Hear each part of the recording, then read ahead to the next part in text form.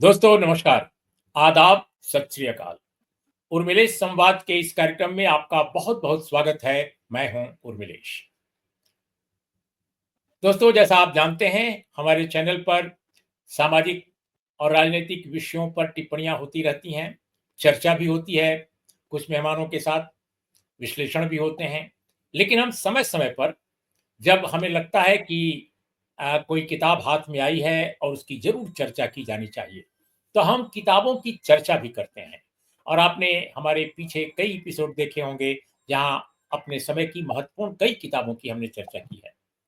तो इस क्रम में आज हम चर्चा कर रहे हैं एक बहुत ही दिलचस्प और बहुत खूबसूरत किताब, और इस किताब का नाम है, शीर्षक है ए सडन गोल्डन स्माइल। और इसके जो लेखक हैं वो हैं अमित सेनगुप्ता। अब किताब के बारे में जितना मैं जानता हूं, उससे ज्यादा मैं लेखक के बारे में जानता हूं। किताब के कई महत्वपूर्ण चैप्टर्स इतने महत्वपूर्ण हैं कि उन पर एक एक चैप्टर पर एक एक एपिसोड हो सकता है।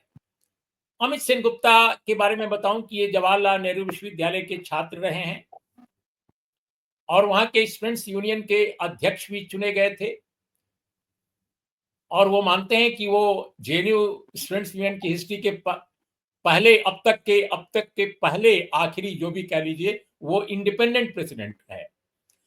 और दूसरी बात कि एक शानदार पत्रकार, शानदार संपादक, हिंदुस्तान टाइम्स जैसे अखबार के ओपिनियन पेज के एडिटर रहे हैं और भी कई ऐसे अखबारों में इन्होंने काम किया है।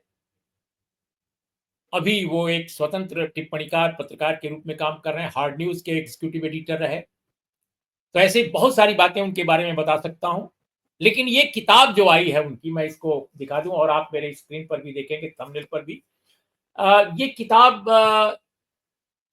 बहुत महत्वपूर्ण इस कारण भी है कि आज के दौर की बहुत सारी राजनीतिक कथाओं को, बहुत सारी सामाजिक असलियतों को एक ऐसे पर्सपेक्टिव में पेश किया गया है, जहां लेखक चीजों को ऑब्जर्व करते हुए और उनके सही राजनीतिक पर्सपेक्टिव में पेश करता है।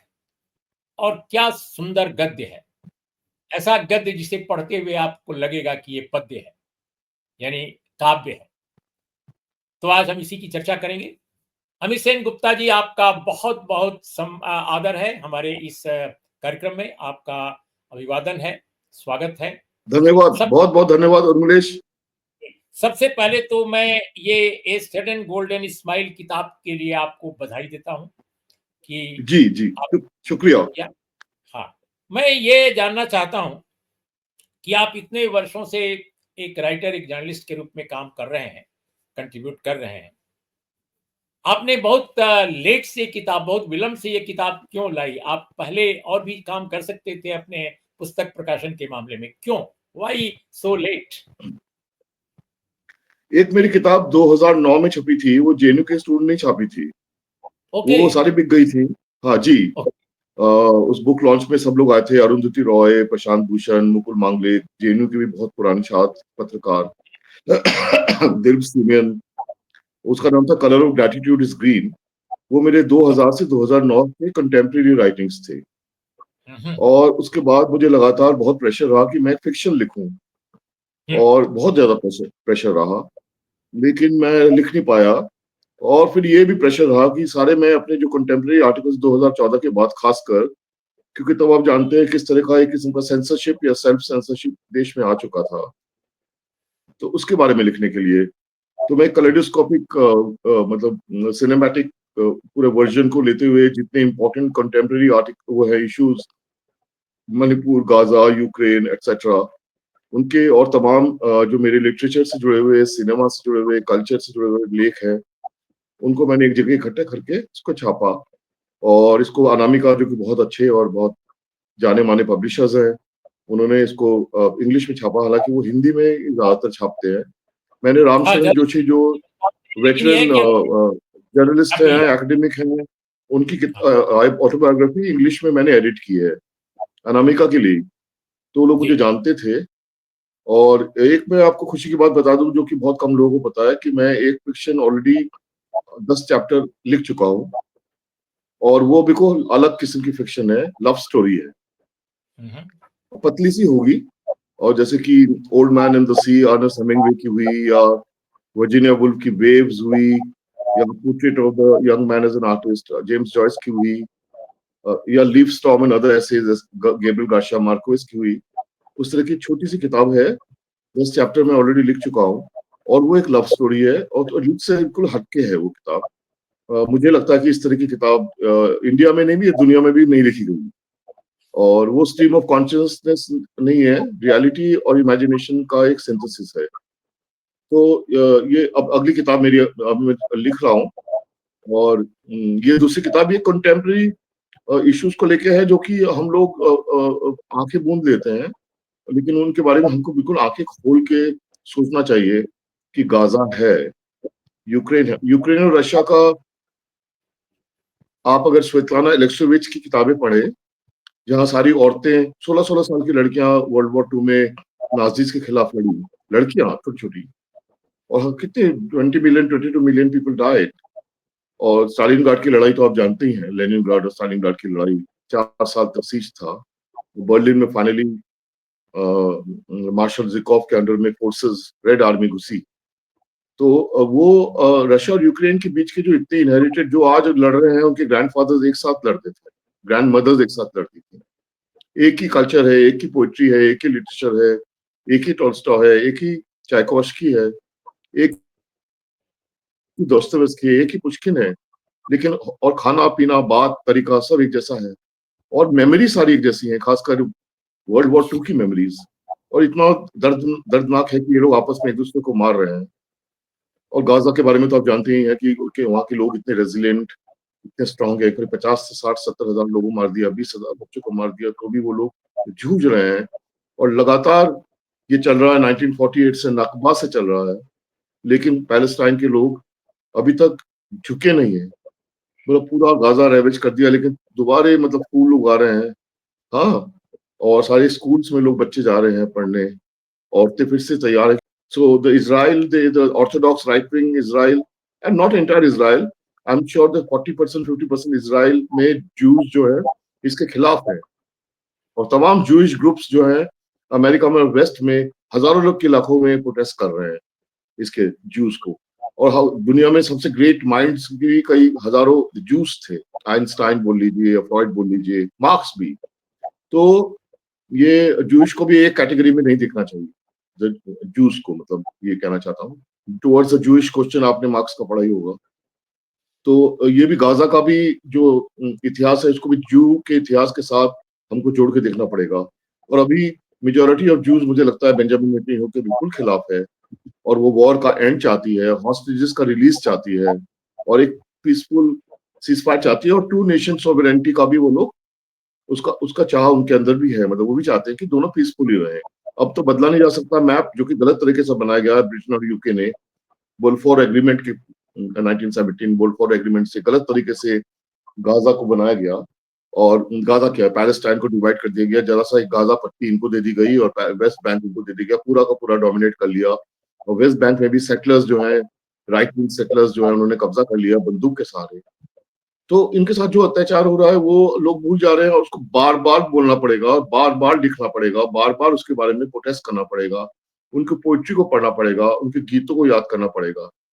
मतलब उमर खालिद, गुल्फी शाह, शर्जील बिना बात जेल में 4 साल 5 साल, मैंने गुल्फी शाह पे अभी परसों लिखा है, 5 साल उसको जेल में हो गए, और वो कविताएं लिख रही है, स्कूल वहां पढ़ा रही है लोगों को, लेकिन उसके साथ कितना अत्याचार है, कितना अन्याय है। एक स्पीच दिया था उमर खालिद ने, जिसमें गांधी को बार बार कोट किया, जिसको मैंने छापा है, तो उस कारण वो अभी भी जेल में 4 साल से सज रहे हैं, मतलब झेल रहे हैं, जबकि क्रिमिनल्स और तमाम तरह के हेट स्पीच देने वाले मिनिस्टर्स बन गए। और पैलेस्टाइन पे तो मुझे नहीं लगता कि लेफ्ट ने भी कोई प्रोटेस्ट किया हो। इसलिए हम लोग को लिखना भी एक किस्म का रेवोल्यूशनरी एक्टिविटी है, क्रिएटिव एक्टिविटी तो है, लेकिन जैसे जे गुएवारा ने कहा है कि you can not be a radical unless you are a romantic. Yeah. You have to be a romantic to be a radical. Pablo Neruda का भी यही है कि जब तक आप प्यार, ब्यूटी, मतलब if you can't cross beauty and love, then you cannot cross the path of revolution. नहीं तो आप राइट। स्टालिनिस्ट वाले रास्ते पे चले जाएंगे। या अच्छा अमित, मैंने इस किताब में आपने फिलिस्तीन पे जो चैप्टर्स लिखे हैं, मैंने उनमें से कुछ को पढ़ा, और एक चैप्टर को पढ़ते हुए मेरी नजर अचानक वहां पर रुक गई और मैं बार बार सोचने लगा, और मैंने महमूद दरवेश की कविताएं मुझे याद आने लगी एक जमाने की। और आज जो फिलिस्तीन के बहुत सारे पोएट्स हैं महमूद दरवेश की परंपरा के, उनकी भी कविताएं बीच बीच में कभी कभी मुझे पढ़ने को मिलती हैं। लेकिन आपने जो लिखा गद्य में, वो मुझे एक एक बहुत ही अजीब तरह का काव्यात्मक गद्य लगा, जो झकझोर कर रख देता है मनुष्य की संवेदना को। और वो यह है कि children are the nameless landmark of the war, आप लिखते हैं। और फिर आप ये भी कहते हैं कि अब बच्चे अपने हाथों में ब्रासलेट पहनते हैं ताकि वे बमों से मारे जाने पर पहचाने जा सकें। आई मीन बच्चे, दोस्तों बता दें, जो जो ये लिख रहे हैं अमित, ये कह रहे हैं कि बच्चे अपने हाथों में कंगन नुमा कोई चीज पहन लेते हैं ताकि बमों से जब मारे जाएं गजा में या आसपास के हलकों में, तो वो पहचाने जा सकें, उनके परिजन, उनके लोग उनको पहचाने कि ये कौन बच्चा है, किसके घर का है। सोचिए, तो ये जो आपका ऑब्जर्वेशन है और जो चैप्टर्स आपने लिखे हैं, आपने बल्कि दिल्ली में जो फिलिस्तीन के एम्बेसडर साहब हैं उनका इंटरव्यू भी आपका देखा मैंने। फिलिस्तीन पर और एंगल से भी आपने लिखे हैं काफी। तो ये फिलिस्तीन पर इतने जो आपके जबरदस्त ऑब्जर्वेशन है, क्या ये केवल एक हिस्टोरिक पढ़ने की वजह से हैं? क्या आपको कहाँ से ये इंस्पिरेशन इस तरह का मिला, इस तरह की चीज लिखने का? देखिए, जब जेएनयू में थे तभी हम लोग पैलेस्टाइन एम्बेसडर एम्बेसी में जाते थे और उनके सपोर्ट में हम लोग प्रोटेस्ट करते थे। और तब उनका छोटा सा कमरा हुआ करता था। जब मैं जेएनयू यूनियन का प्रेसिडेंट था तो नेल्सन मंडेला रिलीज हुए थे, और मुझे याद है कि मैंने वहाँ पे साउथ अफ्रीकन फ्लैग को सिर पे बांध के इंडिया गेट के चारों तरफ दौड़ा था, और मेरे साथ सारे अफ्रीकन स्टूडेंट्स थे। हम दौड़ रहे थे गोल गोल गोल और चिल्ला रहे थे खुशी में क्या नेल्सन मंडेला रिलीज हुए हैं। और वो सारे अखबारों के फ्रंट पेज पे छप गया था और टीवी में भी आया था। तो जेएनयू के लोगों ने पहली बार किसी प्रेसिडेंट को देखा इस तरह दौड़ते हुए, जंप करते हुए, मस्त होते हुए, खुश होते हुए। और टीवी में भी पहली बार शायद जेएनयू का प्रेसिडेंट इस तरह आया कि सारे गर्ल्स हॉस्टल, बॉयज हॉस्टल में भीड़ लग गई 8 बजे जब वो शॉट आने वाला था। तो ये तो हम लोगों ने जेएनयू से सीखा है, इसमें तो कोई दो राय है नहीं। जिस तरह हमने Dostoevsky, Kafka, Camus, John Paul Sartre और मुक्ति बोध और फणीश्वरनाथ रेणु को पढ़ना शुरू किया था 20 साल की उम्र में, या फिर सोशल साइंसेस पढ़ना शुरू किया था, या इकोनॉमिक फिलोसॉफिकल मैन्युस्क्रिप्ट पढ़ना शुरू किया था, उसी तरह हम लोगों ने जितने देश के मूवमेंट्स हैं और पुराने और नए कि इकोलॉजी से जुड़े हुए, people's movement, social movements, Medha Patkar का मूवमेंट, चिपको मूवमेंट, सुंदरलाल बहुगुणा जी का मूवमेंट, नियामगिरी से जुड़े हुए मूवमेंट, आदिवासियों के जो संघर्ष है, हम लोग सब जुड़े रहे। और लैटिन अमेरिका में कुछ होता था तो तुरंत एज अ यूनियन प्रेसिडेंट मेरे ऊपर 10 लोग मेरे सिर पे खड़े हो जाते थे कि जेएनयू के स्टूडेंट्स यूनियन रिएक्ट क्यों नहीं कर रहा है। तो हम लोग को पैम्फलेट खर्च से निकालना पड़ता था, पब्लिक मीटिंग ऑर्गेनाइज करनी पड़ती थी और डेमोन्स्ट्रेशन करना पड़ता था। टिएनएनमेन स्क्वायर में तो आपको मालूम ही है कि जेएनयू में एसएफआई की यूनियन थी और उन्होंने टिएनएनमेन स्क्वायर को मैसेकर को सपोर्ट किया था। तब सीताराम येचुरी कॉमरेड आए थे, he was a very good man, और मैंने उनको हिंदुस्तान टाइम्स पे कॉलम दिया था। लेकिन आइडियोलॉजिकली हम लोग एक प्लेटफॉर्म में नहीं थे। उन्होंने डेंग जियाओपिंग को सपोर्ट किया था, और एक दिन रात को वो लोग आए थे पेरियार हॉस्टल में, उन्होंने प्रो डेंग जियाओपिंग फिल्म दिखाई थी। तब हम लोग सब बाहर आ गए थे। फिर जब फिल्म खत्म हुई तो हमने कहा कि अब हम आप स्पीच दे लीजिए, हम चुपचाप सुनेंगे, क्योंकि जेएनयू में इतिहास है कि स्पीच सुनते हैं, हम लोग डिस्टर्ब नहीं करते हैं। एसएफआई तो हमेशा डिस्टर्ब करती थी तालियां बजा बजा के, लेकिन हमने पूरा स्पीच सुना। फिर हमने कहा क्वेश्चन आंसर सेशन होंगे। सुबह 4 बजे तक क्वेश्चन आंसर सेशन हुए। एक दौर ऐसा आया कि क्वेश्चंस होते थे और सीताराम कॉमरेड के पास कोई जवाब नहीं होते थे। दो I have great respect for him, he is a very good man. मैंने उनको हिंदुस्तान टाइम्स में कॉलम दिया था और मैं आखिर तक उनकी इज्जत करता हूँ, और वो भी मेरे बहुत अच्छे मित्र है। हमने कई पब्लिक प्लेटफॉर्म्स भी साथ इकट्ठे किए, क्योंकि पिछले 14 साल से या हम लोग एंटी फैशिस्ट प्लेटफॉर्म में यूनाइटेड हैं, सब लेफ्ट और डेमोक्रेटिक फोर्सेस। और मैंने सीपीएम के खिलाफ एक शब्द नहीं बोला है और ना लिखा है। तो ये हम लोग का जेएनयू का इनहेरिटेंस है। एक तो ये कि हम लोग का ये था कि आपने पोस्टर्स देखे होंगे जेएनयू में 83 में रोदा का स्कल्पचर ऐसा थिंकिंग मैन का था। उसमें लिखा था, we might not agree with what you say but we will fight for your right to say it, है ना। तो हम लोग हमेशा डिसेंट को एक्सेप्ट करते थे। और क्लासरूम में भी ये था कि अगर आप मार्क्सिज्म पढ़ रहे हैं तो एंटी जो मार्क्सिज्म का क्रिटिक है वो भी पढ़ना चाहिए। और फिर स्ट्रक्चरल एडजस्टमेंट, बिहेवियरलिज्म, फंक्शनलिज्म, कार्टेसियनिज्म, ये सब भी पढ़ना चाहिए। जब हम वो सब नहीं पढ़ेंगे तो मार्क्सिज्म कैसे समझेंगे। और मार्क्सिज्म के अंदर जो मार्क्सिज्म का क्रिटिक है, यानी सोवियत मार्क्सिज्म का या चाइनीज मार्क्सिज्म का या कल्चरल रेवोल्यूशन का या स्टालिन का, उस क्रिटिक को भी हमको एक्सेप्ट करना चाहिए। तभी हमारे लाइफ में ग्रामशी आए, है ना, फिर फ्रैंकफर्ट स्कूल आए, हर्बर्ट मार्कुजे, एरिक फ्रॉम, ये तमाम लोग आए, है ना। तो हम लोग का दिमाग खुला हुआ दिमाग था, हम लोग को पार्टी लाइन नहीं था हमारे दिमाग के ऊपर। तो इस खुले दिमाग के अंदर ही गाजा भी था, पैलेस्टाइन की लड़ाई भी थी, साउथ अफ्रीका भी था। और जहां जहां भी सोवियत रशिया वो कर रही थी, जैसे प्राग का स्प्रिंग हुआ, प्राग में इन्होंने फोर्सेस डाली, हंगरी में 1958 में सोवियत आर्मी घुस गई, वहां पे लोगों ने अपोज किया। फिर सॉलिडारिटी हुआ 1989 में पोलैंड में, गदांस्क के शिपयार्ड वर्कर्स ने स्ट्रगल किया, लेक वॉलेसा ने जो शिपयार्ड वर्कर था उसने लीड किया। तो हमारा जो ऑर्गेनाइजेशन था जो उसने इलेक्शन लड़के जीता था, उसका नाम ही सॉलिडारिटी था। उसमें इंडिपेंडेंट थे, इंडिपेंडेंट लेफ्ट थे, मैं भी इंडिपेंडेंट लेफ्ट था, ओपन एंडेड इंडिपेंडेंट लेफ्ट था, नक्सलाइट्स थे, सोशलिस्ट थे, लिबरल्स थे, फ्री थिंकर के लिबरल्स थे, और बहुत सारे इंडिपेंडेंट थे। हमारी यूनियन में करीब 20-22 लोग तो इंडिपेंडेंट ही थे, लेकिन प्रोग्रेसिव इंडिपेंडेंट थे, राइट विंग इंडिपेंडेंट नहीं थे। तो हम लोगों ने ये जेएनयू से सीखा, इसमें कोई दो राय है ही नहीं गाजा के बारे में महसूस करना। तो हमास ने जब अटैक किया ना उर्मिलेश जी, तो दो बातें थी। एक तो I did not agree with it, जिससे काफी लोग मुझसे डिसएग्री किए हैं और करेंगे। वो कह रहे हैं कि तुम लोग इतिहास नहीं देख रहे हो स्ट्रगल का, और हमास तो स्ट्रगल से निकला है। पहले तो हमास का क्रिएशन भी इजराइल ने किया था, बेंजामिन नेतन्याहू ने हमास का क्रिएशन किया था फिलैंथ्रोपिक ऑर्गेनाइजेशन की तरह। बाद में हमास ने आर्म्स उठा लिए थे, सर्कमस्टांसेस जैसे हैं। I totally agree that Hamas picked up arms because उनकी सर्कमस्टांसेस ऐसे थे, कंटिन्यूअस अटैक्स, कंटिन्यूअस किलिंग्स, बच्चों को किलिंग्स, हजारों लोगों को जेल में डाल देना, गुलेल मारने से बच्चे। अभी बच्चा एक रिलीज हुआ है जो शायद 4 साल की उम्र में गया था, अब 24 साल की उम्र में निकला है। इस तरह का अत्याचार, औरतें कितनी अंदर है जो जेल सड़कों पे चिल्ला रही थी, उनको जेल में डाल दिया गया। तो लेकिन मैं इसलिए नहीं मानता कि आप घुस गए, आपने ठीक है, आपने उनका पूरा फेलियर को एस्टैब्लिश कर दिया। हालांकि कॉन्स्पिरेसी थ्योरी भी है कि बेंजामिन नेतन्याहू ने करवाया है, लेकिन मैं उसको मानता नहीं हूँ। आपने घुस गया, आपने सबसे दुनिया के सबसे सर्वश्रेष्ठ सर्वेलेंस सिस्टम को तोड़ के और सिक्योरिटी सिस्टम को तोड़ के अंदर गए। और आपने करा क्या, एक म्यूजिक उसमें फेस्टिवल में बच्चे गाना गा रहे थे, स्टूडेंट्स और यंग लोग, जूस इजरायलीज, उनको आपने गोली मार दी। औरतों को आपने उठा लिया, किबुट्स उससे उठा लिया। अब किबुट्स तो आपको मालूम है कम्यून की तरह था, पेरिस कम्यून से इंस्पायर्ड था। वह किबुट्स में कोऑपरेटिव लिविंग था। अभी भी वो किबुट्स से आपने लोगों को उठाया जो बॉर्डर एरियाज में रहते थे। आपने औरतों के साथ अच्छा नहीं किया, जबरदस्ती ले गए, गोली मारी लोगों को। और मैं नहीं मानता रेप वेप हुए हैं, मैं नहीं मानता। अभी तक कोई ऐसी टेस्टिमनी नहीं आई है, इंटरनेशनल प्रेस में भी ये क्लियर हो गया। और इन्होंने बहुत अच्छे से रखा है, हमास ने जैसे भी रखा है। पर जैसे भी रखा थे तो वो किडनैप और उनकी राइट्स ले ली गई। और 1200 लोगों को मार के आपके 60,000 लोग मर गए, इससे आपको क्या मिला। अगर आपको इसको इंटरनेशनल इश्यू बनाना था तो हमास और कई तरीके ढूंढ सकता था, डिप्लोमेटिक तरीके ढूंढ सकता था, प्रोपेगेंडा के तरीके ढूंढ सकता था, इंटरनेशनल कैंपेन कर सकता था। हाँ, पीसफुल प्रोटेस्ट कर सकते थे तरह तरीके से, और देशों में जो अब भी चल रहे हैं हजारों के तादाद में, और यंग लड़के लड़कियां सफर कर रही हैं, ट्रंप उनको डिपोर्ट कर रहा है या जेल में डाल रहा है। तो उनके लिए कितने लोग सैक्रिफाइस कर रहे हैं।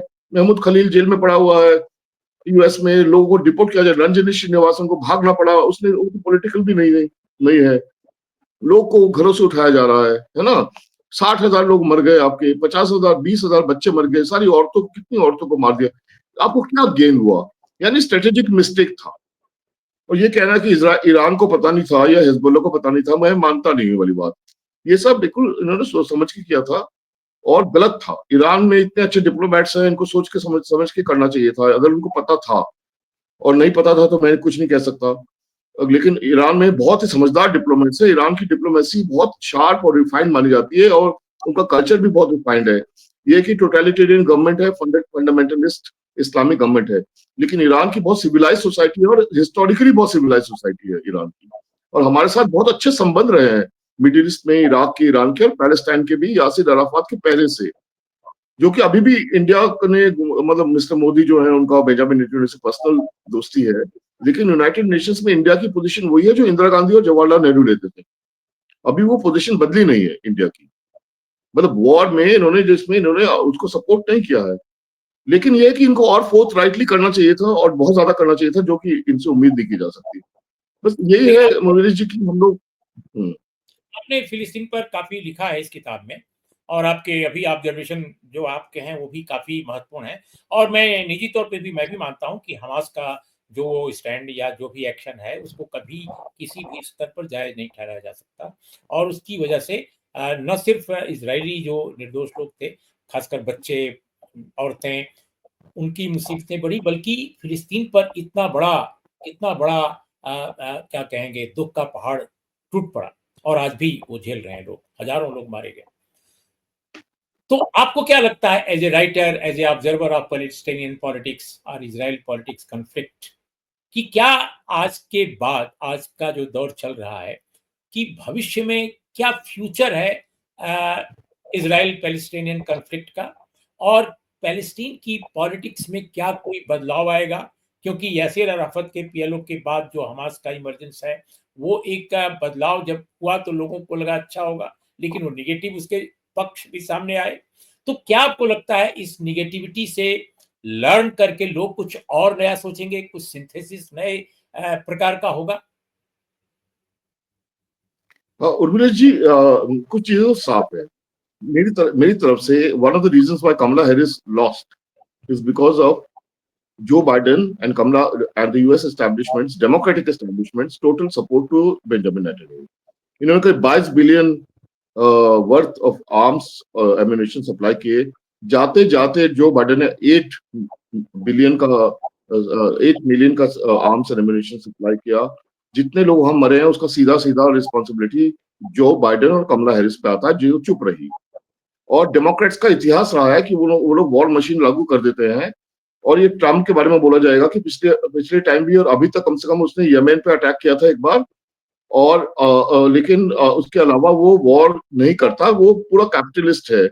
उसको वो आर्म्स एम्यूनिशन की कैपिटलिज्म से शायद अलग किस्म की कैपिटलिज्म करता है, लेकिन कब तक करेगा ये मालूम नहीं है। लेकिन डेमोक्रेट्स की, जॉर्ज बुश रिपब्लिकन था, उसने भी वॉर किया था उस पे, इराक पे, अफगानिस्तान पे। लेकिन ट्रम्प का इतिहास नहीं है इस तरह का, पिछली बार नहीं किया था उसने। तो जो बाइडेन ने जो किया, और इन्होंने जो बाइडेन के टाइम पे पूरे अमेरिका में और वेस्ट में हर एक यूनिवर्सिटी खड़ी हो गई। लोगों ने अपनी डिग्रियां जला दी, लोग ओपनली प्रोटेस्ट करने लगे, फैकल्टी को रिजाइन करना पड़ा, हार्वर्ड के प्रेसिडेंट को रिजाइन करना पड़ा। पूरा देश का यूथ वेस्टर्न अमेरिका में और वेस्ट में भी खड़ा हो गया। मतलब इंडिया में नहीं हुआ तो क्या हुआ, वहां सब खड़ा हो गया। और जो अभी तक चल रहा है, अब आप बर्नी सैंडर्स जो कि लेफ्टिस्ट है और सोशलिस्ट है, और एलेक्जेंडर ओकासियस और तेस की मीटिंग्स में 40-40, 50-50 हजार लोग आ रहे हैं। अमेरिका में ना 400-500 लोग आ जाए बहुत होता है, वहां पे इस तरह की रैलीज नहीं होती। तो ये ह्यूज रैलीज पूरे वर्ल्ड में हो रही है, पूरे कंट्री में हो रही है, टैरिफ्स के खिलाफ, ट्रम्प के अनडेमोक्रेटिक बिहेवियर के खिलाफ, और पैलेस्टाइन के सपोर्ट में। आज भी हुई है न्यूयॉर्क में मैसिव, और सब जगह मतलब अनगिनत लोग सड़कों पे आ रहे हैं। तो एक ये डेमोक्रेसी की खूबसूरत बात आपको कैपिटलिस्ट, एडवांस कैपिटलिस्ट कंट्री में दिखेगी। बर्लिन में लड़कियों को उठा उठा मार रहे हैं मेल पुलिस, लेकिन तो बर्लिन में प्रोटेस्ट हो रहा है, समझ रहे ना आप? तो ये जो पूरा स्कैंडिनेवियन कंट्रीज जो है इजराइल के खिलाफ है, यूरोपियन यूनियन इजराइल के खिलाफ है, लंदन में इतने प्रोटेस्ट हुए हैं, पेरिस में। तो मैं ये मानता हूं कि ये वर्ल्ड में जिस तरह साउथ अफ्रीका का इतना इंपॉर्टेंट रोल रहा है इंटरनेशनल कोर्ट ऑफ जस्टिस में, क्योंकि साउथ अफ्रीका में अपार्थाइड के खिलाफ जो लड़ाई थी और पैलेस्टाइन के सपोर्ट में जो लड़ाई थी, दोनों साथ ही चली थी। और नेल्सन मंडेला ने खुलेआम सपोर्ट किया है और कंसिस्टेंटली पैलेस्टाइन के स्ट्रगल को सपोर्ट किया है। तो ये जो वर्ल्ड में पूरा ये आइसोलेट हो गया है बेंजामिन नेतन्याहू और ऑर्थोडॉक्स इजरायली रिजीम, तो उससे ये होगा कि अब जो है अगले कुछ सालों में या कुछ अगले मतलब प्रोसेस में, इस पॉलिटिकल प्रोसेस में, एक तो ये राइट विंगर्स जो हैं डिफीट होंगे। वैसे भी इनकी मेजोरिटी नहीं है वहां पे, बिल्कुल एज पे है। ये एक नया किस्म का लिबरल लेफ्ट प्रोग्रेसिव टाइप के लोग वहां पे आएंगे, डेमोक्रेटिक लोग इजराइल में। ये मेरे अनुसार ये हो सकता है इजराइल के अंदर। दूसरा, जिस तरह ये लोगों ने सारे international Geneva convention, international United Nations, मतलब यूनाइटेड नेशंस सेक्रेटरी जनरल को इजराइल में घुसने देते, मतलब गाजा में नहीं घुसने दे रहे हैं। कितने सारे यूनाइटेड नेशंस के लोगों को मारा गया है।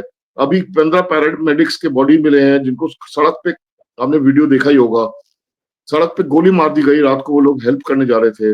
आपसे चाहूंगा कि हमारे पाठकों के लिए आप जरूर ये बात कहिए कि आपने क्यों ये माना है कि आपकी किताब के 2 जो चैप्टर हैं वो लोग जरूर पढ़ें। आप अक्सर बोलते हैं और लिखते भी हैं इस बात को। एक तो जी, मैं सबको, जो पहला चैप्टर है, और जो आखिरी चैप्टर जिसका है a smile on her face. जी, इन दो मतलब इन दो दोनों, इन 2 चैप्टर्स को आप निजी पसंद जो बता रहे हैं, जो बिल्कुल सीधे तौर पे कोई सामाजिक, आर्थिक, राजनीतिक या वैश्विक सवाल नहीं उठाते, लेकिन खूबसूरत ऑब्जर्वेशन है, और उन ऑब्जर्वेशन में निश्चित रूप से बड़े मानवीय सवाल हैं, बड़े मानवीय राजनीतिक सवाल भी हैं, लेकिन वो उस तरह से खुले तौर पे नहीं। जैसे आपको मैं आपको बताएं, आपने जैसे ए स्माइल ऑन हर फेस, आपने मध्य रात्रि के दौरान दिल्ली की, पुरानी दिल्ली की सड़कों का जो दृश्य पेश किया है, अपने अपने ऑब्जर्वेशन जो पेश किए हैं, और उसमें बहुत सारी चीजें आपने बताई हैं। आपने अल्बेर कामू को भी कोट किया है कि वो सड़क पार करता है, एक अनजान जवान औरत उसे देखकर मुस्कुराती है और वो उसकी मुस्कुराहट पूरे दिन लिए रहता है। मैं भी मुस्कुराहट लिए हूं, मेरे अंदर अंदर है यह एक अचानक उभरी चमकीली मुस्कान। ये आपने ऑब्जर्व किया, और ये अल्बेर कामू का बहुत ही खूबसूरत कोट है जो कई जगह मैंने पढ़ा है और आपकी किताब में भी पढ़ा।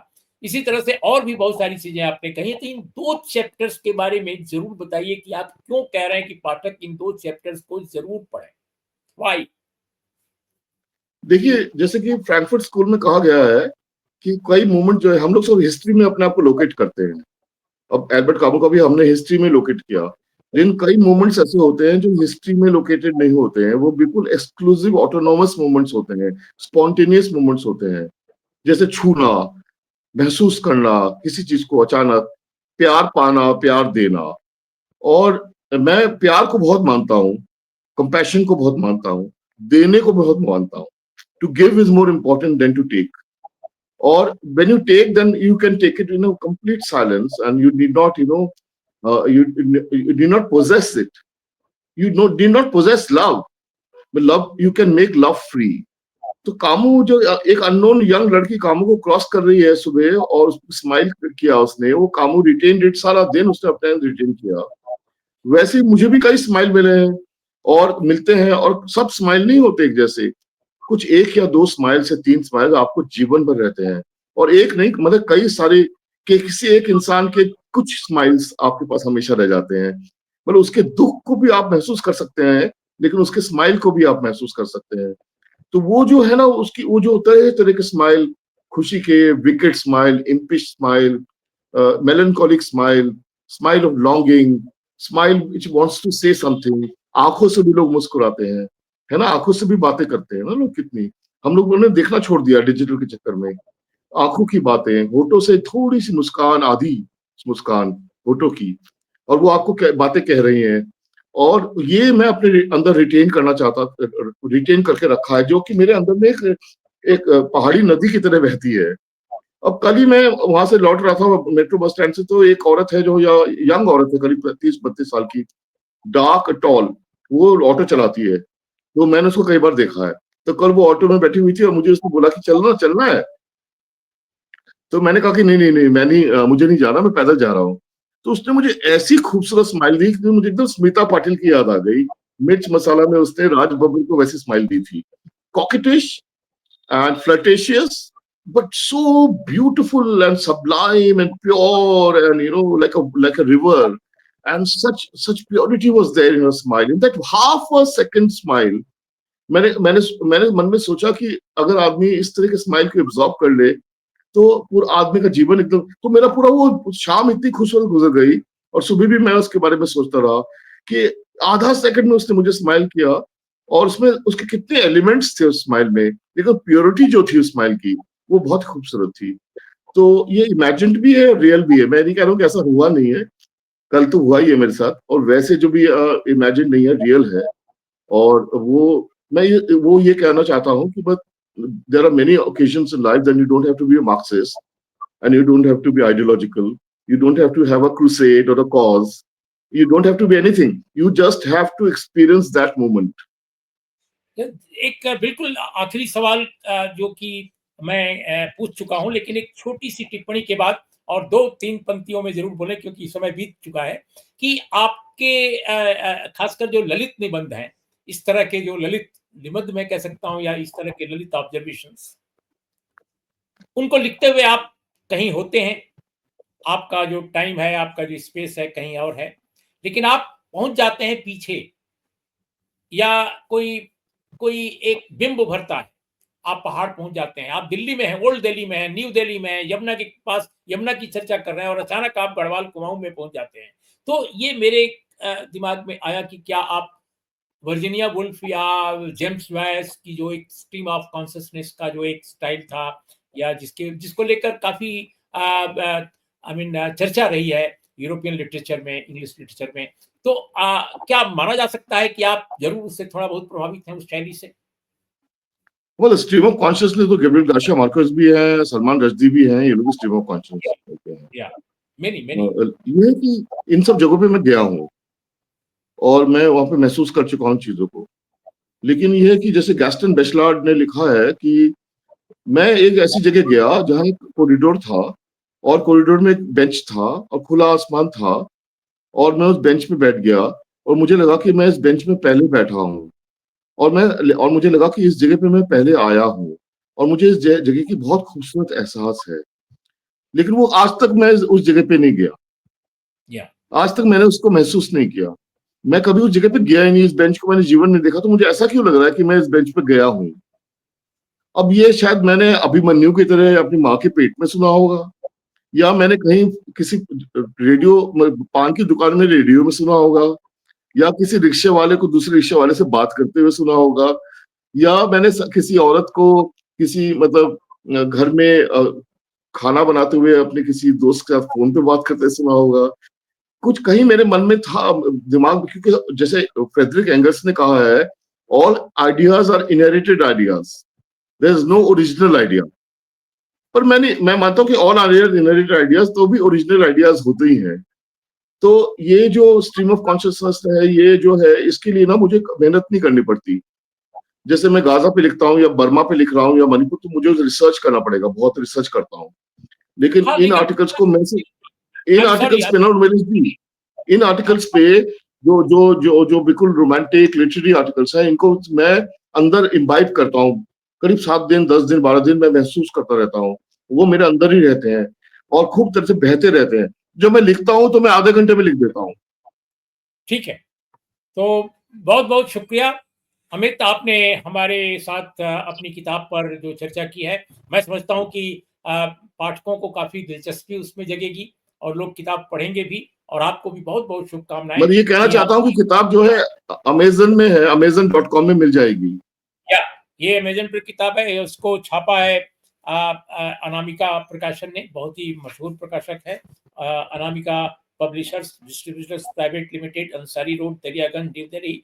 और ये किताब जो है 595 रुपए की है, लेकिन अमेजन पर जाहिर है इसको निश्चित रूप से कुछ डिस्काउंट मिलता है, तो आप पढ़ सकते हैं इस किताब को। और नहीं, मैं तो अगर कहूंगा कुछ मित्र चाहें तो मैं उनको डिस्काउंट 50% डिस्काउंट पे किताब दिलवा दूंगा। दिलवा दूंगा। और मैं समझता हूँ कि आपको कोशिश ये भी करनी चाहिए, और मैं तो जरूर कहूंगा एक हिंदी लेखक या हिंदी पत्रकार के तौर पे, कि इसका हिंदी अनुवाद भी करवाइए। तो दोस्तों, आज इतना ही, और पुनः आपको बहुत बहुत बधाई। अमित, नमस्कार, आदाब, सत श्री अकाल।